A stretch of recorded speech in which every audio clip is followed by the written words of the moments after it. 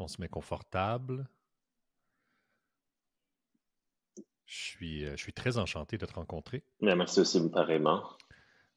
Ça fait quelque temps que je te suis sur X. Et puis, premièrement, j'aimerais ça juste que tu te présentes pour mon auditoire, les gens qui ne te connaissent pas, ton poste, pourquoi nous sommes ici pour discuter aujourd'hui, selon toi, ce que tu penses. Ouais. Ben, écoute, je m'appelle Lior Bibas, je suis médecin, je suis montréalais d'origine. Dans ma pratique médicale, je suis cardiologue et avec une spécialité en soins intensifs. Je travaille dans la rive sud à Longueuil et à l'Institut de cardiologie. Et dans la dernière presque année et demie, un de mes rôles, c'était des cofondateurs de l'Association des médecins juifs du Québec, ainsi de la Fédération canadienne des associations médicales juives. Et depuis décembre, j'agis comme président de l'Association des médecins juifs du Québec, dont l'AMGQ en abrévé. Alors, c'est un petit peu ça qui m'a mis un petit peu dans les réseaux sociaux, puis dans le discours, je dirais, politique vis-à-vis de l'antisémitisme qu'on voit au Québec sur les réseaux sociaux. Ouais, tu as fait en fait une incroyable publication sur X qui est ton Ouais. pinned tweet. Je sais pas comment appeler ça en français, là, mais bon, ton Un, post principal qui est en haut un post de la page. épinglé ou je sais pas. Épinglé, ouais. En fait, j'invite les gens à aller lire ça. Est-ce que tu peux faire un résumé, peut-être pour monsieur et madame tout le monde, qui ne connaît pas nécessairement l'histoire des communautés juives à Montréal et comment que ça se marie avec le Québec, tout ça? Parce Ouais, en qu'on fait, a tellement peu d'informations, les tout gens ne à sont fait. pas cultivés Ouais, à ce ouais, ouais. sujet, puis je trouve ça super intéressant ce que tu as résumé. Ben écoute, alors la communauté juive du Québec, en fait, elle a des origines qui datent de plus de 250 ans. En fait, c'est comme la première communauté juive au Canada, qui est venue de l'Europe, qui s'est en fait installée initialement à Trois-Rivières, et puis finalement qui a fait son chemin à Montréal. On a une histoire qui est très riche avec plusieurs vagues d'immigration qui sont venues à travers des années. Bon, il y avait les vagues européennes, bon, on parle de plus que 100 ans. Ensuite, les vagues de la Russie. Ensuite, il y a eu une vague après la Deuxième Guerre mondiale et l'Holocauste.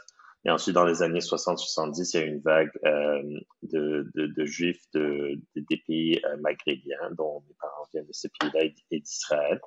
Alors, il y a vraiment une belle diversité communautaire qui existe jusqu'à maintenant. Il y a aussi à travers les années des gens qui ont quitté vers le Toronto, surtout dans les années du référendum. Mais ça reste qu'aujourd'hui, on a environ 90 000 Juifs au Québec qui sont concentrés pour la majorité sur le territoire de Montréal et sur les banlieues. Et je dirais on fait partie pour moi, je vois en lisant de plus en plus, l'histoire des Juifs du Québec se marier avec l'histoire du Québec. Les Juifs faisaient partie des premiers regroupements qui ont fait les unions et les syndicats. Bon, on connaît très bien l'histoire culturelle, par exemple, des gens comme Leonard Cohen, Irving Lincoln, des poètes qui sont très bien connus. On a aussi, il y a l'hôpital général juif qui a été formé dans les années en fin 1920 à cause de la discrimination contre la population juive, mais qui finalement aujourd'hui est un hôpital de renommée internationale qui accepte bien sûr les patients de toute origine, peu importe leur croyance, et qui est un lieu de recherche de renommée internationale. Alors, en fait, moi, mon tweet, bon, il y avait cette histoire-là, mais ce tweet-là, je voulais un petit peu cerner le vécu de la communauté juive depuis le 7 octobre. Bon, on sait bien que le 7 octobre en Israël, il y a eu un attentat terroriste par le groupe Hamas contre des civils et depuis la guerre contre Gaza. Et depuis, on a eu aussi une montée en fait historique d'antisémitisme, surtout à Montréal où est concentrée la population juive. Alors on parle de plusieurs écoles, dont des écoles que moi j'ai fréquentées quand j'étais plus jeune, des écoles avec des tirs de balles qui ont été tirés au milieu de la nuit, des cocktails Molotov jetés sur des synagogues, des graffitis avec des propos haineux écrits et laissés. On a eu des incidents d'intimidation, de haine. On voit souvent des marches pro-palestiniennes où il y a certains individus qui utilisent cette chance-là pour dire à haute voix des propos haineux contre les Juifs. Et personnellement, aussi, on a vu dans le domaine de la santé, on a fait un sondage qui a été publié dans le Journal de Montréal, qui a démontré que plusieurs médecins professionnels de la santé ont vu qu'il y a eu un gros changement depuis le 7 octobre, plus d'incidents qu'eux, ils jugent antisémites. Euh, et malheureusement, on voit au terme du leadership, surtout municipal, avec la mairesse Valérie Plante, son inaction et je dirais même, on dirait une indifférence envers ce fléau qui est présent maintenant dans la société, qui a fait en sorte que j'ai écrit ce tweet-là. Je m'attendais à rien du tout. Je pense que j'ai jamais eu plus que comme 10 likes sur un tweet. Puis finalement, j'ai eu comme des millions et des millions. Alors, bon, ouais, je sais pas si je vais pouvoir reproduire cet effet-là, mais c'est un petit peu ça le résumé. Je voulais un petit peu c'était un petit peu comme un cri de cœur avec, tu sais, pour parler de qu'est-ce qui se passait, puis comment je ressentais personnellement. Puis en fait, vous avez été très, très vocal sur X au courant de la dernière année. Ouais, Surtout, en fait, on parle du 7 octobre 2023. Moi, c'est vraiment un point tournant pour plusieurs raisons, en fait. Je crois qu'il y a il y a plusieurs gens, pas assez, qui ont senti que c'était un moment historique où finalement, avec tout le clivage politique qu'on vit et les positions, en fait, c'est tellement tribal que finalement, on ouais, pouvait peut-être se rallier derrière, ouais, de voir une ligne dans le sol, en fait, où il y avait le mal et le bien. Et à notre grande surprise, le 8 octobre, c'était tout le contraire. En fait, c'est ouais, ça qui était. Puis moi, je parle de quelqu'un qui vient de la communauté artistique. C'était c'était tellement une claque en pleine face, puis un réveil de ah mon Dieu, j'essaie même pas d'être contrarien. Puis là, ouais, j'essaie de comprendre, je vais essayer de comprendre, je vais dig deep. Je suis pas l'expert en Moyen-Orient et tout ça, mais plus j'écoutais des débats, plus je m'informais, plus j'écoutais puis essayais de saisir.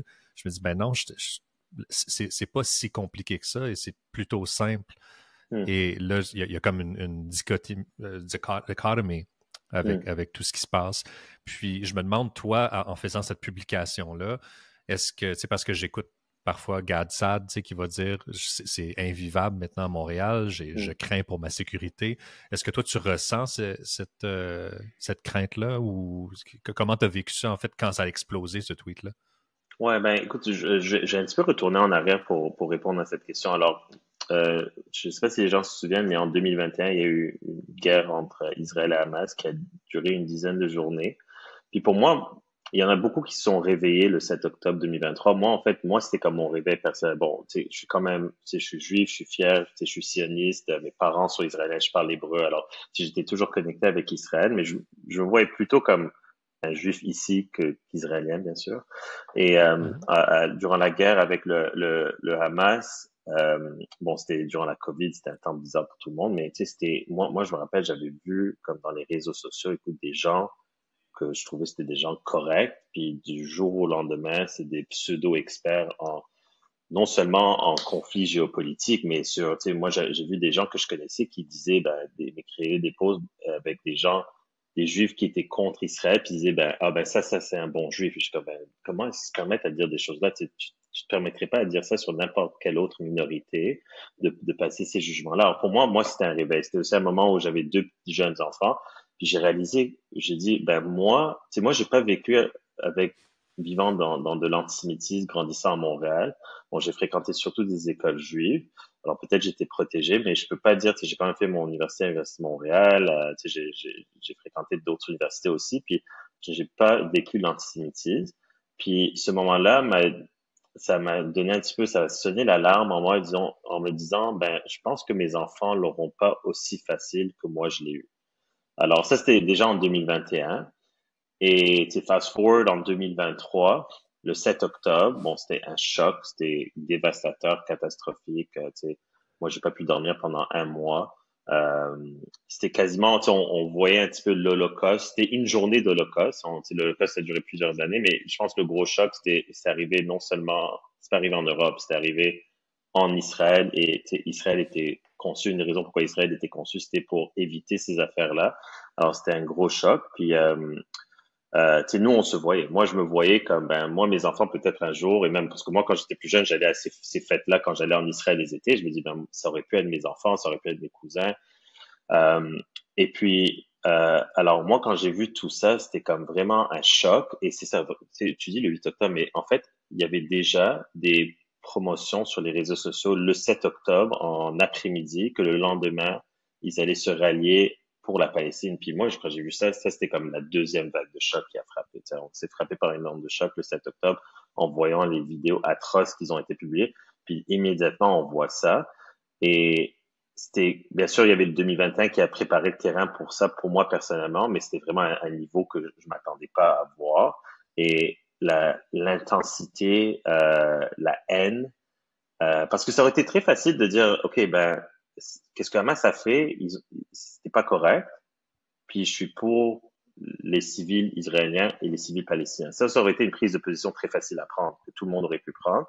Mais c'était immédiatement, tu sais, avant toute riposte d'Israël, c'était immédiatement, c'est la haine d'Israël. Je dirais même la déshumanisation, comme quoi c'est des civils, ben ils méritaient. C'est comme les bébés tués, ben ils méritaient. C'était des gens qu'ils occupaient, des colonisés.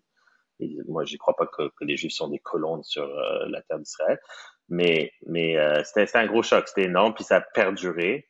Puis encore une fois, malheureusement, à Montréal, il y a eu très peu d'actions pour arrêter, ou même pour, je dirais même sensibiliser, adresser et reconnaître qu'il y a un problème. Je trouve que c'est ça qui est embêtant, c'est qu'on l'a pas adressé, on l'a pas reconnu.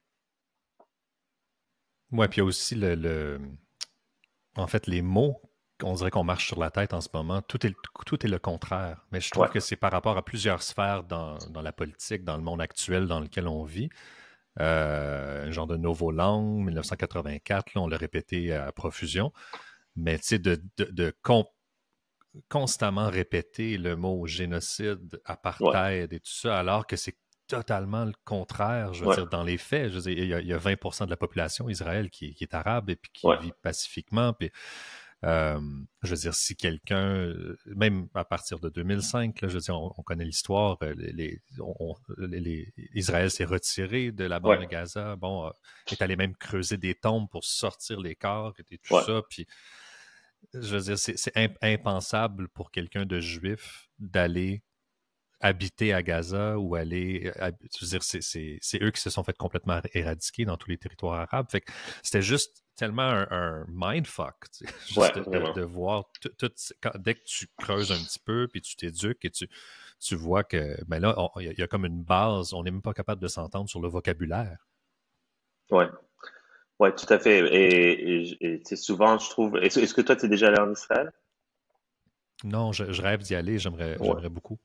Ok, peut-être qu'on ira ensemble un jour. Moi, je vais en mai, puis je suis allé en juin l'année dernière. Je suis allé plusieurs fois dans ma vie. Puis c'est ça, la plupart des gens, ils connaissent pas la réalité sur le terrain. Alors, tu sais, c'est juste pour donner une réalité sur le milieu médical, parce qu'on a fait une mission avec des médecins. On est allé 6 jours, on a visité quelques facultés de médecine, des hôpitaux. Alors, 20% des médecins, je disais 20% de la population en Israël est non juive, dont la majorité c'est des Arabes musulmans. Et juste pour donner une idée, 30% des médecins en Israël sont des non-juifs. Ça veut dire que, tu sais, on parle des fois d'équité, de EDI. Alors, la population non majoritaire, en fait, est surreprésentée dans des professions, et même comme pharmacien. Alors, tu sais, ils sont surreprésentés dans les facultés de médecine. Alors, et tu sais, parce qu'ils méritent, parce que c'est pas parce qu'il y a un programme de DEI, c'est juste parce que, bon, c'est les meilleurs qui sont pris. Alors, quand tu vas en Israël, tu sais, tu vois des gens d'abord des juifs de toutes les couleurs et de toutes les croyances. Et en même temps, tu vois juste à côté des hommes, des femmes, tu sais, musulmans, druzes, chrétiens. Tu sais, l'Israël, c'est le seul pays où il y a une population chrétienne qui est en croissance, et dans le Moyen-Orient, dans le Moyen-Orient, parce que dans tous les autres pays, bon, les chrétiens sont menacés et veulent quitter. On l'a vu au Liban, il y a eu un exode énorme, en Syrie, un exode énorme. On voit maintenant ce qui se passe en Syrie, personne n'en parle, mais il y a un vrai génocide contre tous les gens qui se disent chrétiens ou d'une autre secte musulmane. Mais Euh, attends, t'es en train de dire qu'il n'y a pas eu des grosses manifestations et du bris à Montréal non, non, par non. rapport au Il y a vrai une expression génocide qui qui se se dit passe. No Jews, no news. Puis vraiment, c'est vraiment malheureux, mais c'est vraiment ça qu'on le voit. Alors, bon, c'est pas on peut pas blâmer les Israël, on peut pas blâmer les Juifs, donc on n'en parle pas. Puis ça montre un petit peu, je pense dans les derniers mois, tout ce mouvement, l'hypocrisie a été démontrée. Tu sais, est-ce qu'il y a dans des manifestations pro-palestiniens qui sont pour un avenir paisible pour la Palestine? Tu sais, je le crois.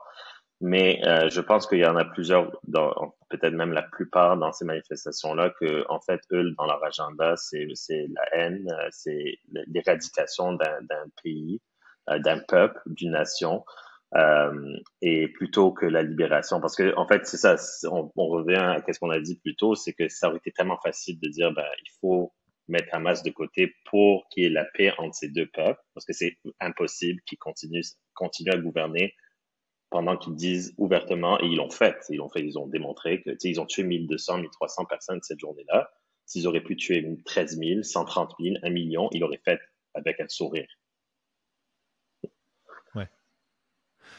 Est-ce que la gauche en ce moment, j'aime pas utiliser les termes gauche-droite, mais bon, il faut un peu le faire, a besoin d'un cours, je veux dire, comment spotter un nazi. On a tellement le nazi facile, le Ouais, fascisme facile. Je veux dire, on l'a vu il y a 2 mois environ, 1 mois et demi avec Elon Musk, avec bon, son enthousiasme lors de l'inauguration Trump. Les gens étaient tellement vite sur la gâchette pour faire nazi. Tu sais, ils ont fait des pancartes, tout le kit. On a vu à la marche des maires à la front, je crois, en fin de semaine. Les gens avaient des pancartes, encore une fois, nazi avec une cible sur la tête de Musk. Puis alors que personne n'a suivi le POC, c'est un allié d'Israël, c'est quelqu'un qui mm, est allé à Auschwitz avec Ben Shapiro, puis tout ça. Puis ouais, c'est comme, OK, guys, like, est-ce qu'on peut, on dirait que vous avez de la difficulté à spotter the real Nazis. On ouais, avait quelqu'un dans les rues ouais, de ouais. Montréal, le truc de Second Cup qui est arrivé, personne n'en parlait. Les viols qui ont eu lieu le 7 octobre, on en a parlé tantôt, tu sais, où sont où l'outrance, en fait, des groupes féministes. C'est comme tu disais tantôt, no Jews, no news. And we don't even know how to, like, define an actual Nazi Ouais, when we see one. ouais. Ben, je sais pas s'ils ont besoin d'un cours parce que tu sais, je pense que ça va au-delà d'un cours. Tu sais, je pense il y a une idéologie vraiment hypocrite, tu de comme quoi que n'importe qui est en pouvoir est donc un oppresseur et n'importe qui n'est pas en pouvoir est donc opprimé. Mais c'est pas comme ça que ça fonctionne dans la vie. Il y a de la nuance, il y a du gris, il y a des vérités que eux ils refusent de reconnaître. Je pense que c'est un changement idéologique qui doit être mis au fait et qui doit changer parce que on a vu comme quoi et comme et dans les derniers mois, qu'est-ce qu'on a vu? On a vu le retour d'otages qu'ils ont l'air, on parlait d'une famine. En fait, ce qu'on a vu qu'ils avaient l'air cachexiques et presque, on dirait qu'ils sortaient des camps de concentration, c'était les otages israéliens. On a vu comme quoi ils ont tué les enfants Bibas avec leur mère, qu'ils l'ont fait en novembre. Ils n'ont pas visé personne pendant des mois. Et puis ensuite, non seulement qu'ils retournent les dépouilles, mais finalement, ils ont retourné le mauvais dépouille de la mère. Alors, tu sais, c'est des gens qui sont inhumains et malheureusement, c'est très, je trouve que c'est alarmant, pas juste d'un point de vue antisémitique, mais aussi d'un point de vue social, comme quoi on vit dans une société où il y a des gens qui soutiennent ce genre d'idéologie, qui soutiennent cette haine et qui iraient à fond à suivre. Tu sais, on a vu que on parle de tirs de balles sur des écoles juives. Tu sais, tu sais, moi j'envoie mes enfants à des écoles juives. On a tous dû augmenter les frais de scolarité, pas pour donner des ressources éducatives à nos enfants, mais pour augmenter les frais de sécurité qui sont venus depuis 7 octobre. C'est-à-dire plus Mm. de sécurité, ils ont dû changer des vitres, des portes, toutes ces affaires-là. Puis c'est ça la société dans laquelle on vit, mais personne n'en parle, puis on dirait que personne n'est inquiet. Et on a vu dans l'histoire que quand les Juifs c'est souvent les premiers qui sont atteints par une haine, mais c'est rarement les derniers. On l'a vu on voit dans le Moyen-Orient, c'est des Juifs qui ont quitté dans les années 50, 60, 70, puis maintenant les autres minorités veulent quitter parce qu'ils ont plus leur place, puis ils sont en danger pour leur vie. Ouais. J'ai un de mes amis, en fait, c'est un couple d'amis. Ils ont un enfant d'environ 5 ans. Puis quand le 7 octobre, bon, s'est produit, euh, il y avait la maman qui disait à sa fille, OK, we're Jewish, stand proud, tu sais, we're gonna get over this. Puis bon, il y avait tout dans l'émotion et tout ce qui venait de se produire. Puis son mari, mes très bons amis, qui disait, wow, wow, wow, wow, notre fille, elle a 5 ans, elle s'en va à l'école. C'est comme on cache le Star of David. Mm. Like, c'est jamais qu'il aurait pensé en 2024, tu sais, devoir cacher, en 2023, devoir cacher son identité juive. C'est comme, c'est tellement scary ce qui se passe en ce moment. Ouais. Ouais, ben écoute, je pense que le 13 octobre a comme c'est drôle parce que c'est un coup parce que ça représente un petit peu la réponse aux gens de la communauté. Moi, il y en a eu plusieurs que le 7 octobre c'était bon, c'est pour tous, c'est comme une ligne, c'est une ligne dans le sable qui a été tranchée puis qui va rester à vie. Mais il y a des gens comme moi puis comme plusieurs que je connais qui ont dit OK, non, that's it, il faut être courageux, il faut être fort, il faut pas avoir Mhm. peur, puis il faut se battre pour notre place, parce que notre place elle est là, on est là pour se battre et on n'est pas là pour dire ben ça y est c'est trop tough, on va partir. Mais il y en a eu plusieurs qui ont commencé vraiment à avoir peur. C'est vraiment genre on parle qu'ils ont caché des signes religieux, qu'ils veulent pas qu'on en parle, des affaires d'eux-mêmes. Puis en fait, moi qu'est-ce que j'essaie de leur dire, c'est que historiquement, oui, le 7 octobre, ça a changé les choses, mais historiquement, je trouve que si on se compare aux générations de la Deuxième Guerre mondiale, de mes grands-parents au Maroc, des populations, on parle moi, mon beau-père, il vient du Liban. Il a dû quitter au milieu de la nuit durant la guerre civile parce qu'il commençait à aller à la chasse aux Juifs. On parle dans tous ces pays-là, ça, c'est des gens qui ont démontré du courage. C'est les otages en Israël, ça, c'est du courage. C'est moi en train de parler ouvertement. Moi, je trouve pas ça courageux. Alors moi, je leur dis toujours, guys, on reste la génération la plus sécuritaire dans l'histoire des Juifs. Les Juifs, c'est un peuple qui a vécu, à chaque décennie, on regarde historiquement, il y a eu des pogroms, il y a eu des menaces, des gens qui sont passés de violence. On parle des grosses affaires comme l'Holocauste et l'Inquisition, mais il y a eu des petites affaires ad infinitum en histoire. Puis le 7 octobre, en fait, ressemble énormément à ce qu'on a vu dans l'histoire. Mais ça reste que même aujourd'hui, après le 7 octobre, c'est un moment, c'est une âge d'or pour être juif, avec des droits égaux. Puis il faut se manifester. C'est pas courageux de dire ça ouvertement qu'on est fier de qui on est en 2025. Alors j'espère que les gens retrouvent leur courage, mais en même temps, je comprends cette réaction-là. Je la comprends totalement parce que j'ai des proches qui ont vécu même cette réaction-là, puis j'empathise énormément. Tu disais que tu n'avais pas eu de post qui avait plus que 10 likes dans le passé, puis Ouais. tu as fait ce tweet-là, pour vraiment, en tout cas, ça a explosé. Est-ce que tu dis que tu n'as pas dormi pendant un mois après le 7 octobre 2023 et tout ça. J'imagine que tu es un être humain sensible et tout ça. Est-ce que tu as des pushbacks de tes pairs aussi, que ça vient froisser un peu la relation ou non, tu es relativement calme avec tout ça? Euh, Écoute, moi, je suis chanceux parce que dans mes milieux de travail, j'ai des collègues exceptionnels, bon, qui, en fait, n'ont jamais dit des affaires négatives. Est-ce qu'il y a des gens qui sont en désaccord avec, qui ont une prise de position différente au niveau du conflit? Oui, tout à fait. J'ai eu des conversations qui sont devenues peut-être un petit peu chaudes, mais qui restaient dans le respect. Alors moi, je n'ai pas vécu ça, mais je me trouve chanceux dans le milieu où je travaille, avec les collègues avec qui je travaille, mais je connais beaucoup qui ont eu à discuter des changements de relations, moi, j'ai même des médecins qui ont dit que des patients leur ont dit des affaires. Moi, j'ai pas eu ce problème-là, mais en même temps, comme président de l'Association des médecins juifs du Québec, ben, j'entends plusieurs histoires. C'est surtout, je dirais, les apprenants, donc les résidents et les étudiants, qui ont plus de misère à naviguer la nouvelle situation dans laquelle la communauté vit. Puis comment tu catégoriserais ou c'est quoi ta réaction face de un à la riposte ou la réponse de Netanyahou depuis 1 an et demi et aussi en parallèle avec la nouvelle administration américaine, leur position. En fait, ils se positionnent très fortement Hmm. comme le meilleur ami d'Israël. C'est quoi ta réaction par rapport à tout ça? Écoute, moi, je suis allé en Israël en juin. J'ai visité même des communautés qui étaient atteintes, qui restaient complètement dans la catastrophe. On voyait des maisons brûlées. À penser que quand tu arrives là-bas, on dirait que tu rentres dans. J'imagine c'est comment certains villages avaient l'air après une guerre qui avait duré des semaines et des mois, mais finalement tu réalises que c'était comme quelques heures. Tu rentrais dans des maisons, puis il y avait des tirs de balles. On dirait que c'était comme du papier. De loin, on dirait du papier peint avec des trous partout. On parle de centaines et de milliers. Tu dis, comment est-ce que quelqu'un peut rentrer puis tirer autant?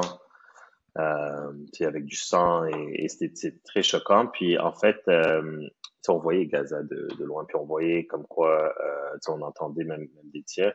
C'est sûr, je trouvais que c'était un voyage de contraste parce qu'on voyait d'un côté la catastrophe en Israël, la riposte de l'autre côté qui menait à une autre catastrophe.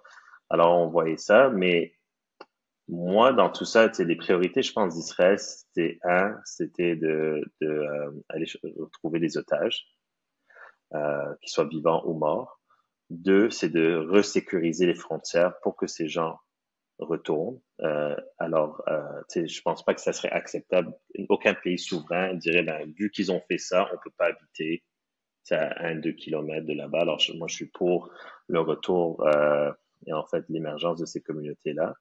Et troisième, c'est que Hamas ne peut pas être en pouvoir. Alors, moi, je suis d'accord avec ces trois objectifs-là. Parce que s'il y a un avenir dans le Moyen-Orient, bon, le Hamas peut pas en faire partie. Bon, les otages, ça c'est dommage, les gens ils le voient pas comme ça, mais la question des otages, c'est une question humanitaire. Okay? On parle d'enfants, de femmes, d'hommes qui ont été pris, des innocents qui ont été pris et qui ont été gardés 500 jours, qui ont été tués, qui sont pas en train d'être retournés, puis qui sont utilisés comme des pions par Hamas. Et c'est dommage que le monde a même pas pu soutenir des enfants de 9 mois. Kfir Bibas, qui avait 9 mois quand il a été pris otage, a même pas, il a même pas eu un soutien envers lui. Il n'y a pas plus innocent qu'un bébé que 9 mois. Puis même lui, de l'autre côté, ils l'ont vu comme une prise prenante dans un conflit qui dure bien plus pour moi, le conflit israélo-palestinien, c'est bien avant l'établissement du pays d'Israël en 48. Alors, je suis pour ces objectifs-là. C'est malheureux que ça continue encore. Je comprends qu'il y a la souffrance des deux côtés des civils. Et moi, les otages, j'y pense tous les jours. Il n'y a pas un jour qui passe où je passe pas aux otages, parce que pour moi, c'est comme si tu dis, c'est comme des deuxièmes cousins que j'ai pas rencontrés. Puis pour moi, je pense aussi, ça aurait pu être vraiment ma famille immédiate, ça aurait pu être mes enfants un jour quand ils vont en Israël. C'est sûr, ça reste à cœur. Je pense à tous les jours à Yarden, Ouais, Bibas. ouais, On parlait d'une ligne dans le sol entre le bien et le mal le 7 octobre, mais moi, il y avait une deuxième ligne qui s'est tranchée cette journée-là, comme tu dis. On retournait des cercueils. 9 mois, je crois, et l'autre devait 4 ans. ouais. De voir les images de Chéri avec ses deux enfants. Bon, je ne sais pas si on les a tous vus, mais moi, je les ai vus. Puis j'ai deux garçons à peu près du même âge.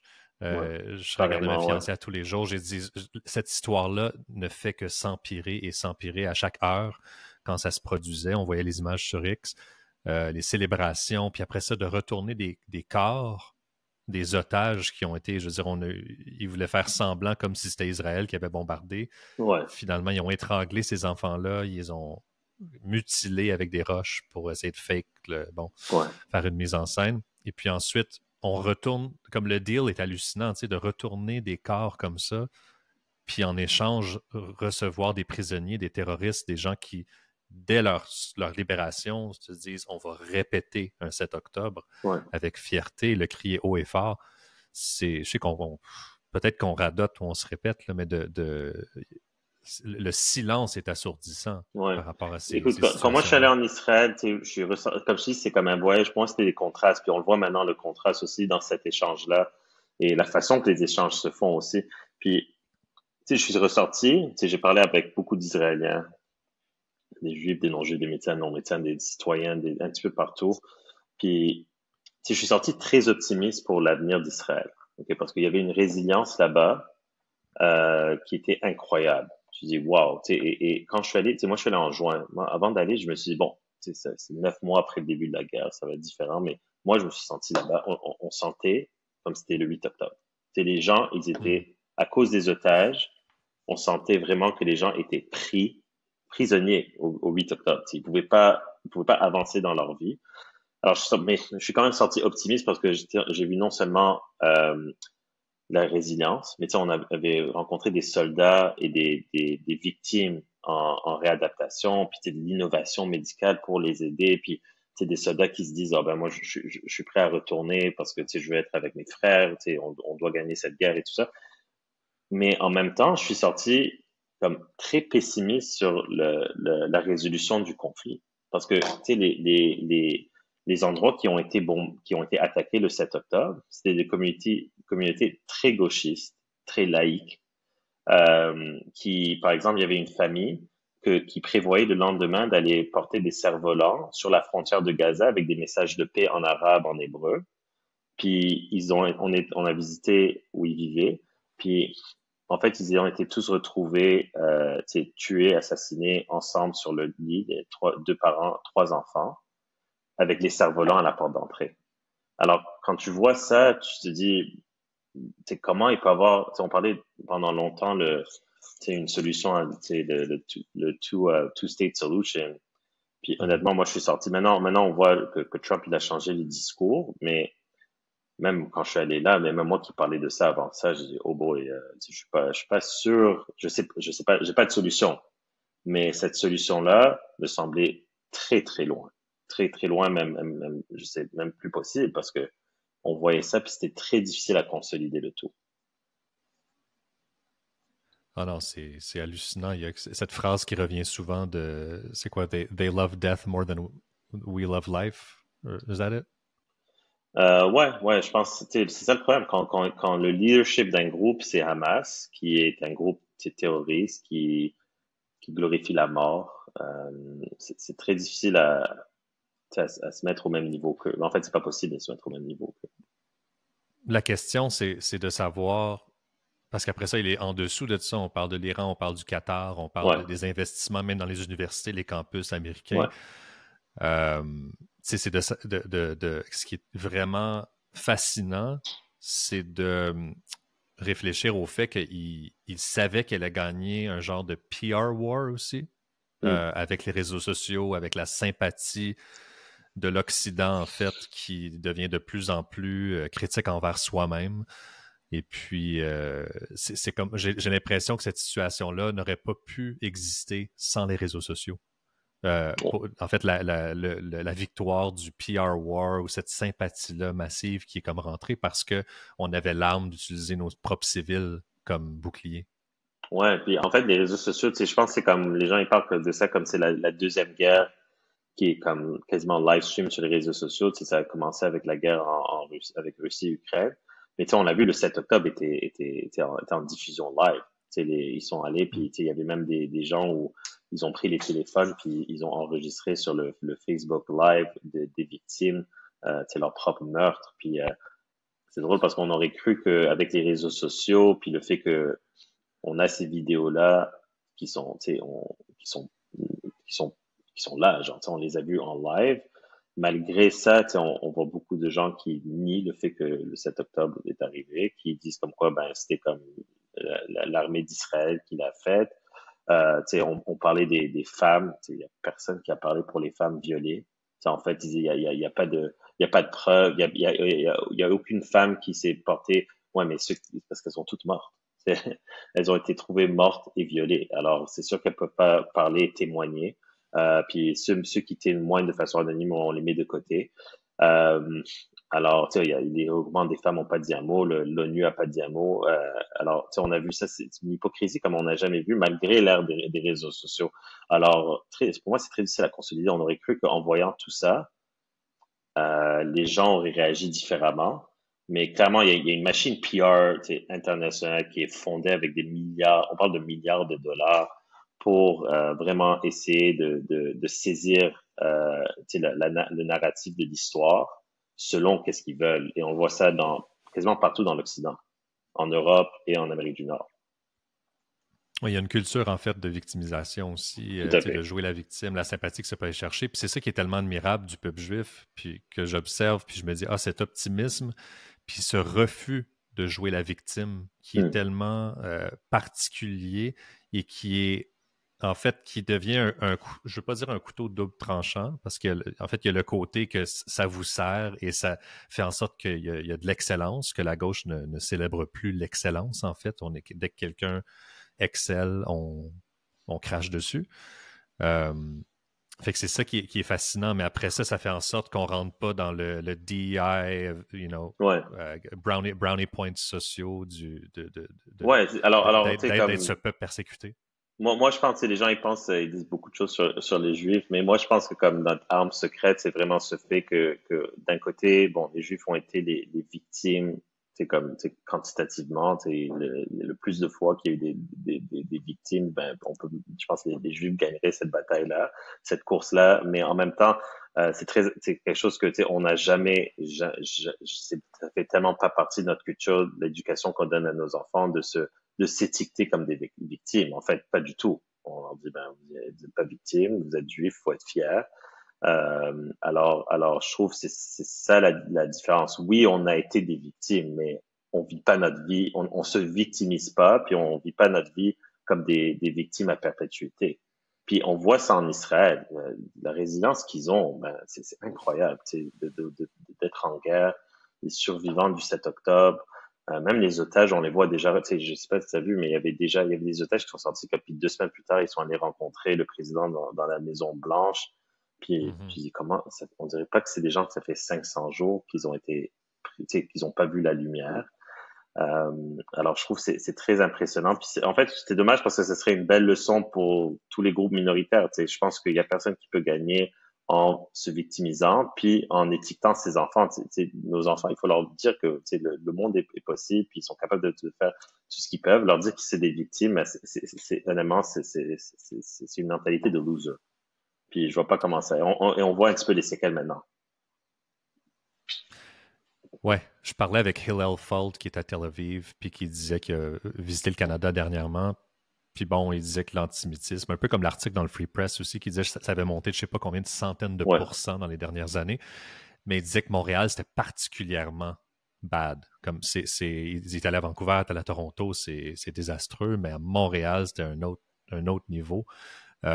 Qu'est-ce qui explique ce clash-là? Parce que tu parlais du mariage tantôt, puis de toute cette beauté-là entre les Franco-Canadiens, les Québécois et la communauté juive. Mais qu'est-ce qui est aussi l'autre côté de la médaille où ça devient plus difficile, où l'antisémitisme s'accentue? ben, je pense que il y a quelques facteurs. D'abord, tu sais, c'est difficile à comparer. Alors, d'abord, c'est sûr que nous, on a 2 universités où ça va pas très bien. Tu sais, on parle Concordia. Tu sais, on sait que Concordia, c'était déjà un problème. Tu sais, on se rappelle, je pense, en 2002, quand Bibi Netanyahu est arrivé, il y avait déjà des marches, tu sais, ils avaient déjà des manifestations, ils avaient brisé plein d'affaires. Pour moi, ça c'était, je me rappelle, j'étais très jeune, mais je me rappelle pour moi, en rétrospect, c'était un petit peu le coming out de Concordia. Et on voit un petit peu que McGill maintenant, moi je pense McGill, je pense que Concordia et je pense que Gadsad est d'accord avec ça. Je pense que c'est perdu comme université. McGill, je pense que ils ont la place et le temps pour essayer de s'améliorer. On va voir qu'est-ce qu'ils font, qu'est-ce qu'ils vont faire dans les prochains mois ou années. Mais ça se peut très bien qu'ils perdent complètement leur crédibilité comme Concordia dans les prochaines années. Alors, est-ce que c'est un afflux d'étudiants de l'étranger? Peut-être. Est-ce que c'est une démographie? Est-ce que c'est une immigration qu'on n'a pas? Est-ce que c'est un problème d'intégration? Est-ce qu'on devrait travailler plus fort pour c'est mieux intégrer? Par exemple, nous, qu'est-ce qu'on voit en médecine? C'est que la plupart des incidents surviennent. Il y a 4 facultés en médecine au Québec. Il y a McGill et Montréal à Montréal, puis Sherbrooke et Laval. Puis nos membres, il y a vraiment eu plus d'incidents dans le réseau McGill que dans le réseau francophone. Alors, est-ce que, par exemple, il y a quelque part où, moi, je sais pas les hypothèses que j'ai, est-ce que, par exemple, le nationalisme franco-québécois, qu'on retrouve bien sûr bien plus à l'Université de Montréal qu'à McGill, où il est non existant, je suis allé, est-ce que ça protège un petit peu contre des idéologies un petit peu bâtardes qui rentrent, par exemple, avec le DEI et l'antisémitisme qui vient accompagner? Je sais pas, parce qu'on le voit vraiment plus dans les. Bon, il y a toujours UQAM qui a pris ce volet plus extrême gauche, mais si on voit le fléau, il se passe vraiment à Concordia et à McGill. Alors, je me demande si c'est ça. Sinon, c'est sûr, tu sais, les gens, ils voient souvent ce qu'ils voient dans les nouvelles. Mais tu sais, en général, tu sais, tu sais, nous, la plupart de la communauté juive vit dans les mêmes arrondissements. Tu sais, nous, on a une très belle vie à Montréal. En fait, c'est pour ça que je trouve que j'ai besoin d'être vocal, parce que je trouve qu'on a besoin de sensibiliser le reste du Québec. On a besoin de mettre, en fait, j'aimerais qu'il y ait d'autres Juifs québécois qui deviennent plus porte-parole de la communauté pour en parler. Mais euh, présentement, je dirais que moi, ma vie, est-ce que je suis affecté à tous les jours par l'antisémitisme? Non. Mais comme je t'ai dit, moi, ça fait déjà quelques années que j'ai vraiment remarqué que je suis pas mal, je suis convaincu que mes enfants, si on fait rien, vont avoir bien plus de misère que nous. Puis là, ça, c'est un problème pas seulement pour les juges. Il faut que la population québécoise comprenne que ça deviendra un problème pour tu sais, le tissu social de la société. S'il y a un groupe minoritaire qui se dit incapable de vivre en liberté ici. C'est un problème pour toute la société, puis les gens, ils doivent comprendre, puis ils doivent être sensibilisés à l'enjeu qui est là. Est-ce que c'est plus dangereux, bon, on jase, là, pour moi, de marcher sur Sainte-Catherine à 10 heures le soir avec une patch qui dit From the river to the sea ou avec un drapeau Israël ou Star of David, tu sais? Non, c'est sûr que, alors ça, il faut être clair. Alors moi, ma vie tu sais, moi, j'habite avec ma famille, puis ça va bien, mais c'est clair que porter un drapeau israélien sur Sainte-Catherine ou quand tu vas dans l'Est ou quand ils se manifestent, c'est un danger, c'est comme pour quasiment presque pour ta vie. You're Que asking for it. la mairesse reconnaît pas. En passant, on a Valérie Plante, nous on l'a contactée comme association, on a dit, on était très gentils, on a dit, on est des médecins, on aimerait vous parler, est-ce qu'on peut être le point avec la communauté? Aucune réponse. C'est complètement aucune réponse, elle est complètement indifférente. Peut-être c'est parce que elle connaît pas assez sur le sujet, peut-être c'est parce que peut-être au niveau démographique, les Juifs ne sont pas une quantité de voteurs assez importante pour elle. Mais c'est sûr que la Montréal a changé. Il faut que le message soit, Montréal a changé, c'est plus la même vie. Moi, mes parents, qui ont immigré ici, ils m'ont dit, si c'était comme ça quand on est venu, on serait comme, let's get out of here. Pourquoi est-ce qu'on reste ici? Alors, les choses ont complètement changé. C'est un nouveau monde. Moi, je pense que c'est la place. Moi, je suis optimiste. Je suis pas, Gad, je pense qu'il est plus pessimiste, mais lui, il est toujours à Concordia. Concordia, c'est over. Mais moi, je veux rester optimiste. Je dois le rester optimiste, au moins pour le moment, parce que j'ai des enfants, puis moi, je veux garantir un meilleur avenir pour eux.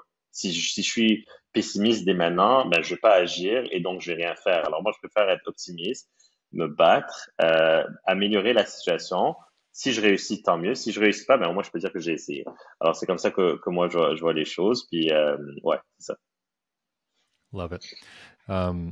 Et puis maintenant, disons, pour la politique, on parle beaucoup de politique américaine en ce moment. Il y a comme un genre Ouais, d'obsession, puis un derangement syndrome qui est juste un délire total. Là, on parle souvent de la bulle québécoise, le dôme et tout ça. ouais. Mais est-ce qu'il y a quelqu'un que tu vois, je sais pas si tu as le droit de te prononcer avec ta position et tout ça, mais est-ce que tu vois quelque chose d'encourageant sur l'échiquier politique canadien en ce moment? Parce que, je veux dire, on a vu une déclaration hier même de Carney qui était ouf. Ouais. Euh, par rapport Alors, c'est sûr à que ce qui se passe. je peux parler de mon association, on est apolitique parce qu'on veut travailler avec n'importe qui, mais je dirais que vraiment le pouls de la communauté juive, c'est qu'il y a une déception énorme du Parti libéral du Canada. Je dirais au niveau du municipal, ça, Valérie Plante, catastrophe. Au niveau provincial, on a eu du soutien. En fait, on a rencontré des membres du cabinet de la CAQ. On a eu des rencontres très chaleureuses, surtout en parlant d'enjeux de nos membres dans le réseau de la santé. Euh, on a vu vraiment les déclarations de Legault ouvertes en faveur de la communauté juive. Au niveau fédéral, les gens sont très déçus. On parle d'un parti libéral où, historiquement, la communauté juive canadienne a soutenu pendant des décennies, bien avant que mes parents même sont arrivés au Canada. Et les gens, ils sentent comme quoi ils sont laissés abandonnés par un parti, que, tu sais, Trudeau, qu'est-ce qu'il faisait? C'est toujours des deux bords. Moi, j'étais à Ottawa, en fait, le jour où il y avait une conférence, c'était quasiment poétique, mais il y avait une conférence contre l'antisémitisme, c'était en novembre de l'année dernière, le jour où il y avait cette histoire où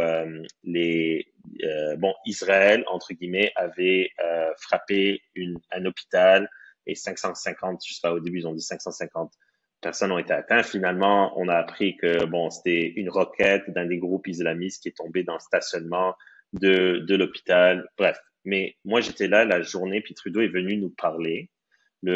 quelques heures après qu'il avait dit un commentaire, quelqu'un lui a dit, qu'est-ce que tu penses que, et il dit, ah, Israël n'a pas le droit de faire ça.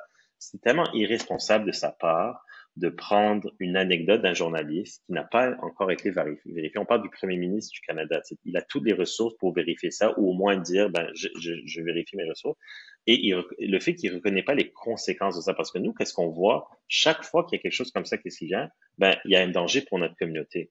C'est comme quand les gens, ils me disent, ben, on dirait que tu soutiens que quelqu'un, tu soutiens ton candidat qui veut mettre fin à la guerre en Israël, au Canada. Et je suis comme, ben oui, parce que moi, comme Canadien, Québécois, il y a des impacts. Parce que tant que la guerre continue, ben, il risque d'avoir un danger pour les écoles de mes enfants, quand on va à la synagogue. Alors, tout ça pour dire que oui, c'est un enjeu qui est très personnel. Maintenant, est-ce que c'est la cause de l'antisémitisme ici? Non. Est-ce que c'est un facteur déclencheur? Oui. Alors, alors moi, je te dis qu'il y a une grosse déception envers le Parti libéral. Puis, en même temps, moi, je le dis, comme juif, d'être dans un pays où tu te sens soutenu juste par un parti politique, ça augure pas très bien. Normalement, il devrait avoir la place pour plusieurs opinions. Mais malheureusement, c'est comme ça que la plupart de la population juive ressent.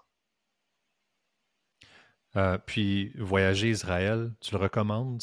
Comment tu te sens quand tu vas là, au niveau de la sécurité, au niveau de your own personal safety, tes enfants, Non, tout ça? c'est très sécuritaire. Comme je dis, moi, je suis allé avec un groupe l'année dernière. Je retourne encore. On a un groupe de médecins qui va retourner encore une fois pour bâtir des liens avec les médecins. Encore une fois, cette fois-ci, on va aller au nord parce que depuis l'année dernière, bon, il y a eu la guerre avec le Liban. Alors, on va rencontrer des communautés des victimes du nord, dont la communauté druze, où je pense une douzaine d'enfants druzes. Donc, les druzes, c'est comme un offshoot de l'islam. C'est des Arabes, mais vraiment, ils ont leur propre culture, leur propre croyance, et qui vivent en Israël en paix, puis en fait, qui font l'armée par choix. Euh, on va les rencontrer, puis c'est très sécuritaire. C'est sûr qu'on entend plein de choses, mais moi, écoute, je peux même pas compter le nombre de fois que je suis allé, puis je me suis toujours senti en sécurité. Euh, et je recommande, je recommande vraiment les gens, ils doivent aller parce que ça change d'opinion. Tu sais, quand tu vois ça, tu réalises à quel point l'autre côté, ils disent des mensonges. Tu sais, c'est juste des mensonges. Est-ce qu'il y a un problème est-ce qu'il y a un conflit? Est-ce qu'il y a un problème? Oui, il y a un problème. Il y a personne qui dit que il n'y a pas un problème entre Israël et la Palestine. Je nie pas le fait qu'il faut venir à une résolution, mais en même temps, tu sais, est-ce qu'on peut parler en fait? Tu sais, Israël n'est pas un pays apartheid. Il y a pas de génocide. C'est une guerre.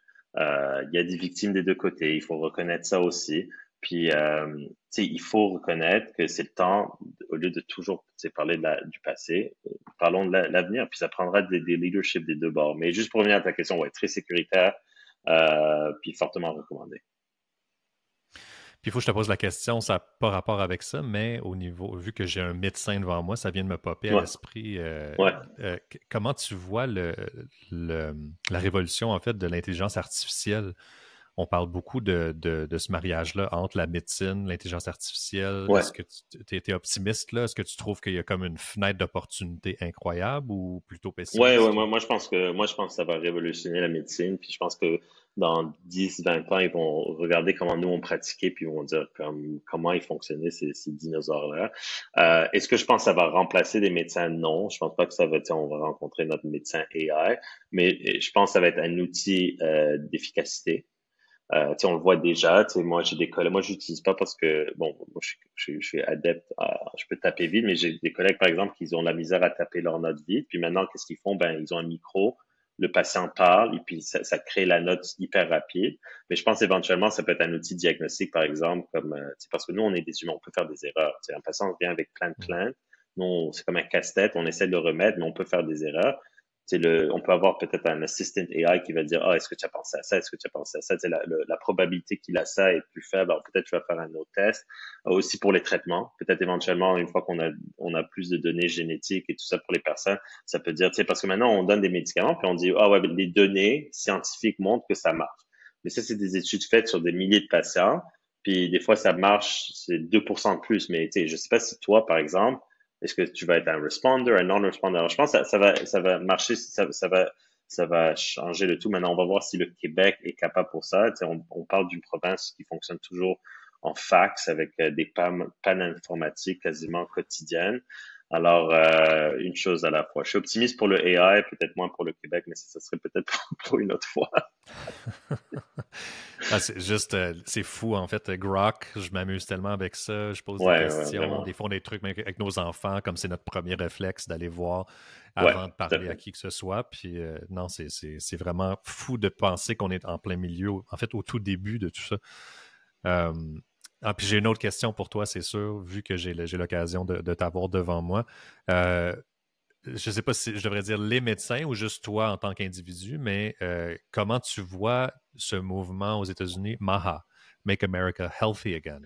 Ouais, alors, écoute, Est-ce... je pense que tout le monde m'a demandé cette question, tous mes amis. Alors, moi, je le OK. vois en deux façons. Un, est-ce que d'avoir quelqu'un qui rentre, qui remet en question certaines affaires qui ont été prises pour acquis, en général, on fait ça en science tous les jours. Alors, ça, c'est bon. Puis, par exemple, toute cette histoire de, les États-Unis, leur crise au niveau alimentaire et obésité, elle est réelle, puis elle est problématique. Écoute, c'est pas normal. Les gens, ils sont obèses. Chaque génération est de plus en plus obèse. Moi, je suis allé avec ma famille, on allait à New York. On s'est arrêté en route, on s'est arrêté dans un restaurant. Écoute, les portions, qu'est-ce qu'ils te donnent à manger, écoute, c'est le nombre de calories que je mange facilement dans une journée. Pour eux, c'est comme un déjeuner. Puis on voit, tu sais, les matières, dans les gras, dans les matières, c'est des affaires qui restent dans le frigo pendant 2 ans, puis il y a plein de produits chimiques là-dedans. Tout ça, ça devrait être revu. Alors, je pense que ça, c'est bon. Puis le fait qu'il y ait quelqu'un qui le challenge, mais en même temps, je trouve qu'il dit des choses qui sont vraiment absurdes, surtout au niveau des vaccins. Tu sais, au niveau des vaccins en enfance. Tu sais, moi, je suis pas, tu sais, je comprends avec des gens, moi, je pense, et je l'avais dit durant la COVID, que ceux qui poussent le vaccin, il y aura comme une contre-vague, que les gens, il va avoir un bris de confiance. Parce que, tu sais, la médecine, c'est quelque chose d'humain. On peut pas juste dire aux gens, prends ça. Tu sais, les gens, ils ont le droit d'avoir leur pensée. Moi, mon job, c'est d'informer, mais il y a eu tellement de désinformation dans d'autres sens que les gens, ils ont perdu confiance maintenant dans plusieurs autres sens. Mais moi, je l'ai vu. Moi, le vaccin COVID, moi, j'étais aux soins intensifs. Quand les gens étaient vaccinés, on a vu moins de morts. Alors, tu sais, chez les gens à risque, moi, je suis très pour. Chez les gens plus jeunes, moi, je dis aux patients, faites ce que vous voulez. C'est pas important. Alors, je pense que le, il y a des choses Mara moi je pense qu'ils apprendraient de ça. Au lieu d'aller all-in sur plein de choses, et maintenant ils sont en train de parler d'affaires qui disent c'est complètement nébuleux, c'est far out. Tu sais, s'ils auraient juste ciblé l'affaire nutritionnelle, je pense que ça serait tellement plus gagnant, puis ça parlerait à tout le monde parce que c'est un problème majeur. Les États-Unis là, ça va pas aller très loin s'ils continuent comme ça là. C'est pas possible. Puis c'est sûr de dire bon, c'est bien d'avoir des drogues comme Ozempic et tout ça, mais il faut aborder le problème à la source. En médecine, on sait bien qu'on aborde le problème à la source, c'est toujours plus gagnant. Puis par exemple, ça marche pas comment les gens ils mangent là-bas. Ça marche pas du tout là. C'est pas normal qu'un pays comme ça est aussi obèse. C'est dangereux. C'est une maladie l'obésité. On va pas se le cacher. C'est pas. Je veux pas être mal poli. Je veux pas insulter quelqu'un, mais l'obésité est une maladie. Mhm. Mais c'est ça qui était absurde dans le temps, même. On dirait que j'y pensais pas à l'époque, mais Bernie Sanders, qui répétait Medicaid for all, ou Healthcare for all, free healthcare.